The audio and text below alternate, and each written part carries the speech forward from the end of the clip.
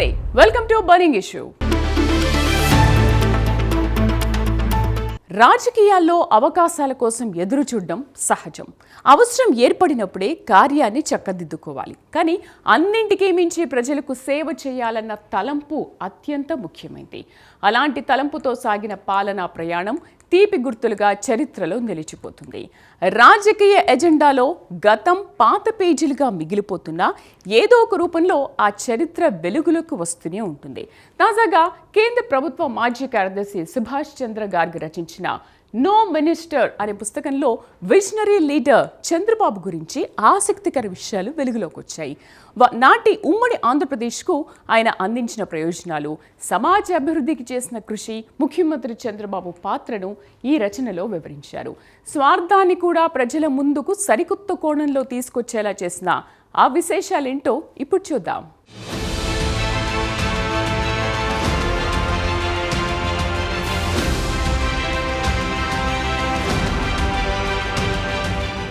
Senior అనేది వయసును గుర్తు చేసేది కాదు. సుదీర్ఘ అనుభవం అంటే పదవిని అలంకరించడం కాదు, వ్యవస్థలకు దిక్సూచి కావాలి. అప్పుడే ప్రజలు ఎదుగుదలకు దోహదపడే పాలనకు అర్థం. ఇవన్నీ రాజకీయాల్లో సాధ్యమవుతాయి. ఆ కోణంలో బ్రాండ్గా నిలిచిన నేతల్లో ఆంధ్రప్రదేశ్ ముఖ్యమంత్రి నారా చంద్రబాబు నాయుడు ఒకరు. తాజాగా కేంద్ర మాజీ కార్యదర్శి సుభాష్ చంద్ర గార్గ్ తన రచన no minister, navigation power, politics and bureaucracy with a steely resolve అనే పుస్తకంలో చంద్రబాబు ప్రస్తావన తీసుకువచ్చారు. 25 ఏళ్ల క్రితం జరిగిన కీలక పరిణామాలను పూసగుచ్చినట్లు స్పష్టంగా ఉన్నది ఉన్నట్టు ఆయన అక్షరాలుగా వివరించారు. భారత ప్రభుత్వంలో ఆయన పనిచేసిన కాలంలో ఎదురైన రాజకీయ పరిపాలనా సంఘటనలను ఇందులో రాసుకొచ్చారు.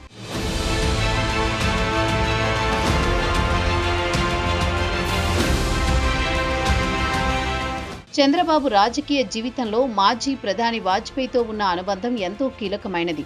అటల్ బిహారీ వాజ్పేయి ప్రధానిగా ఉన్న 1998 నుంచి 2004 వరకు టీడీపీ పార్టీ కేంద్రంలోని నేషనల్ డెమోక్రటిక్ అలయన్స్ ఎన్డీఏ ప్రభుత్వానికి కీలక మద్దతుదారుగా నిలిచింది. ఈ రాజకీయ సయోధ్య ద్వారా ఆంధ్రప్రదేశ్కు అనేక విధాన ఆర్థిక ప్రయోజనాలు లభించాయి. ప్రపంచ బ్యాంకు ఆమోదించిన ప్రాజెక్టుల్లో 40% కంటే ఎక్కువ వాటా ఏపీకి రావడం గమనార్హం. ఎన్డీఏ ప్రభుత్వానికి టీడీపీ మద్దతు ఉండడంతో చంద్రబాబు నేరుగా కేంద్రంతో చర్చలు జరిపే స్థాయికి ఎదిగారు. ఆయన పాలనా సామర్థ్యం, ఆర్థిక విజ్ఞానం, రాజకీయ వ్యూహాలు కేంద్ర ప్రభుత్వాన్ని ప్రభావితం చేయడంలో కీలక పాత్ర పోషించాయి. అంతర్జాతీయ అభివృద్ధి సంస్థ ద్వారా తక్కువ ఆదాయ రాష్ట్రాలకు ఇచ్చే చౌక రుణాలను చంద్రబాబు తన రాష్ట్రానికి మళ్లించగలిగారు. ఇది ఆయన వ్యూహాత్మక నైపుణ్యానికి నిలువెత్తు నిదర్శనం.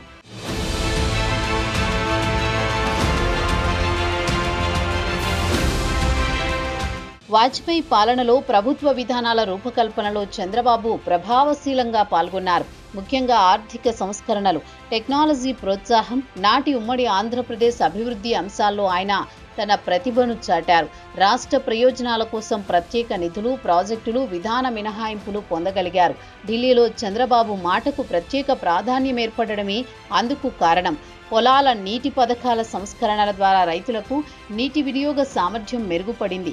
ఈ పాలన రంగంలో ప్రభుత్వ సేవలను డిజిటల్ రూపంలో ప్రజలకు అందుబాటులోకి తేవడం ద్వారా పారదర్శకత, వేగం, ప్రజలతో నేరుగా సంబంధం పెరిగింది. గ్రామీణ అభివృద్ధి కింద గ్రామాల్లో మౌలిక సదుపాయాలు, ఉపాధి అవకాశాలు, ఆరోగ్య, విద్యా రంగాల్లో అభివృద్ధి కార్యక్రమాలు చేపట్టబడ్డాయి. విద్యుత్ రంగ పునర్వ్యవస్థీకరణ ద్వారా పంపిణీ సంస్థల సామర్థ్యం పెరిగింది. ట్రాన్స్మిషన్ నెట్వర్క్ల ఆధునీకరణతో వినియోగదారులకు మెరుగైన సేవలు అందించేందుకు చర్యలు తీసుకున్నారు.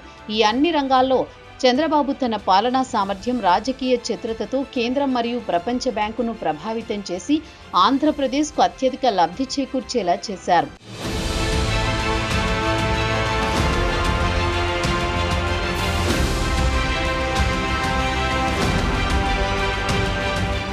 విజన్ 2020 నారా చంద్రబాబు నాయుడు మానస పుత్రికగా భావించే అభివృద్ధి ప్రణాళిక ఆంధ్రప్రదేశ్ను ప్రపంచ స్థాయిలో అభివృద్ధి చెందిన రాష్ట్రంగా తీర్చిదిద్దే లక్ష్యంతో ఈ దిశగా ఆయన అడుగులు వేశారు. రాష్ట్రాన్ని ఐటీ, పారిశ్రామిక రంగాల్లో ముందుకు తీసుకువెళ్లే ప్రయత్నంలో ప్రభుత్వ, ప్రైవేటు భాగస్వామ్యాలు, ప్రాజెక్టు ఆధారిత అభివృద్ధి వంటి విధానాలు ఆయన పాలనలో ప్రాధాన్యం పొందాయి. ఈ సమయంలో టీడీపీ కేంద్రంలోని ఎన్డీఏ ప్రభుత్వానికి మద్దతుగా ఉండడంతో చంద్రబాబు కేంద్ర బడ్జెట్, విదేశీ సహాయం, ప్రాజెక్టు ఆమోదాల్లో కీలక పాత్ర పోషించారు. రాష్ట్ర ప్రయోజనాల కోసం కేంద్ర అధికారులతో నిరంతరం చర్చలు జరిపారు. అప్పటి ఆర్థిక కార్యదర్శులు, ప్రణాళికా సంఘం సభ్యులతో నేరుగా వ్యవహరించగలిగారు. అందుకే ఆయనకు సెంటర్లో ఉన్న సీఎం అనే బిరుదు వచ్చిందని అంటారు. 1999-2000 కాలంలో చంద్రబాబు తన పాలనా సామర్థ్యం, రాజకీయ చతురత, అభివృద్ధి దృష్టితో ఆంధ్రప్రదేశ్కు అత్యధిక విదేశీ సహాయం, ప్రాజెక్టు నిధులు, పాలనా గుర్తింపు చేకూర్చేలా చేశారు. ఇదే కారణంగా ఆయన దేశవ్యాప్తంగా అభివృద్ధి పరంగా ముందున్న ముఖ్యమంత్రిగా గుర్తింపు పొందారు.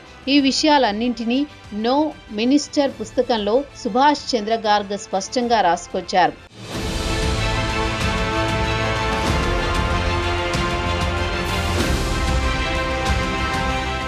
నో మినిస్టర్ పుస్తకంలో గార్గ్ రాసిన అక్షరాల్లో విదేశీ ఫండ్ గురించి కూడా ఉంది.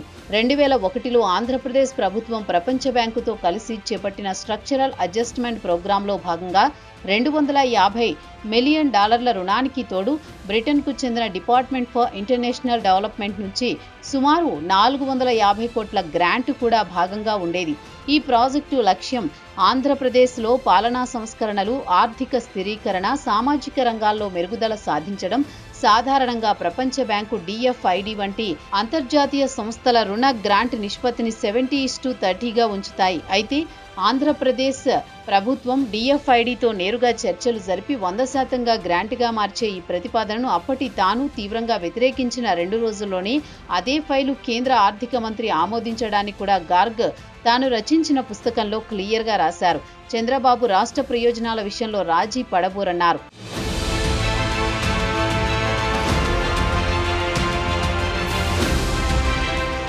గార్గ్ తాను రచించిన పుస్తకంలో కేంద్రం ప్రతిష్టాత్మకంగా ప్రవేశపెట్టిన పనికి ఆహార పథకం అమల్లో చంద్రబాబు పూర్తిస్థాయిలో వినియోగించుకోవడాన్ని కూడా వివరించారు.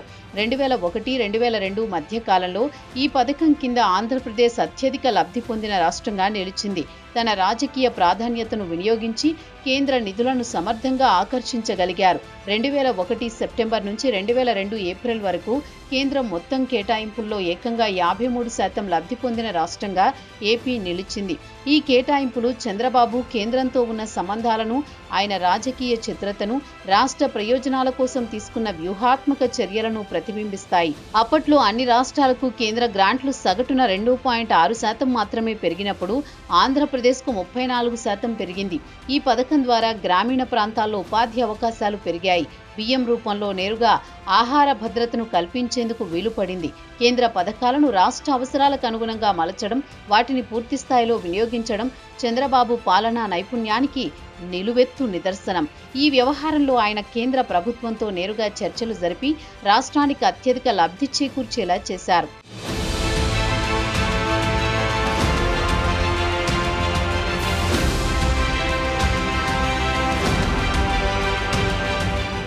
రాష్ట్రం కోసం చంద్రబాబు ఏదైనా చేస్తారనే విషయాన్ని కేంద్ర ప్రభుత్వ మాజీ కార్యదర్శి సుభాష్ చంద్ర గార్గ్ స్వయంగా అనుభవించారు.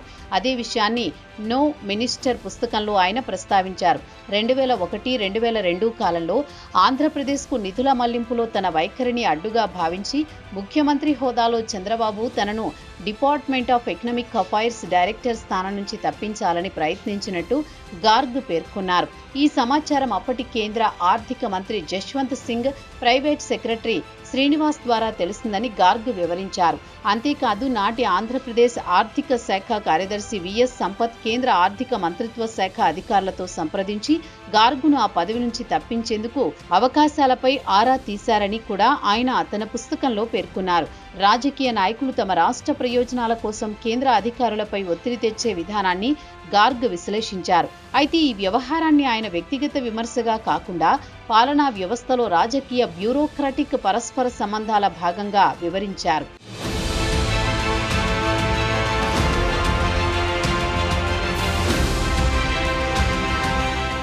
చంద్రబాబు నాయుడు రాష్ట్ర ప్రయోజనాల కోసం తీసుకున్న నిర్ణయాలు, ఆయన ఆచరణ ధోరణి, కేంద్రంతో సాగిన చర్చలు అన్నీ ఇవి నో మినిస్టర్ పుస్తకం ద్వారా మరింత స్పష్టంగా వెలుగులోకి వచ్చాయి.